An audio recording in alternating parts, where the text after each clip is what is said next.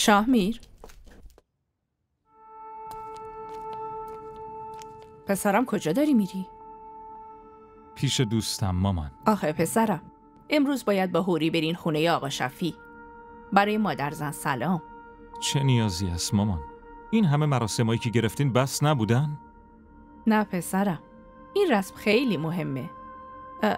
برو حاضر شو. آفرین. شما چرا اینقدر منو انگولک میکنین؟ اول که مریضی و بهونه کردین و کشوندینم اینجا، بعدم که به زور دامادم کردین. الانم کلی در سوسرم ریخته و میخواین دنبال این رسمای مسخره برم. آره؟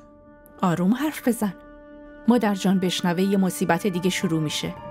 باشه بیا اینجا ببین چی میگم. بیا.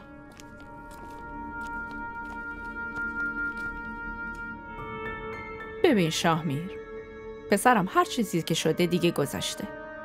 ماها اصلا هیچی. به خاطر مادر جان عصبانیتتو کنترل کن. بعدم برو حاضر شو. تو که پسر خوب منی. بعدم به هوری فکر کن. اون زنته. تا الانم تو همه مراسم تنها بوده. الانم اگر باهاش بری خونشون خوشحال میشه. برو پسر عزیزم. آماده شو پسرم. برو. آفرین. برو دیگه. برو.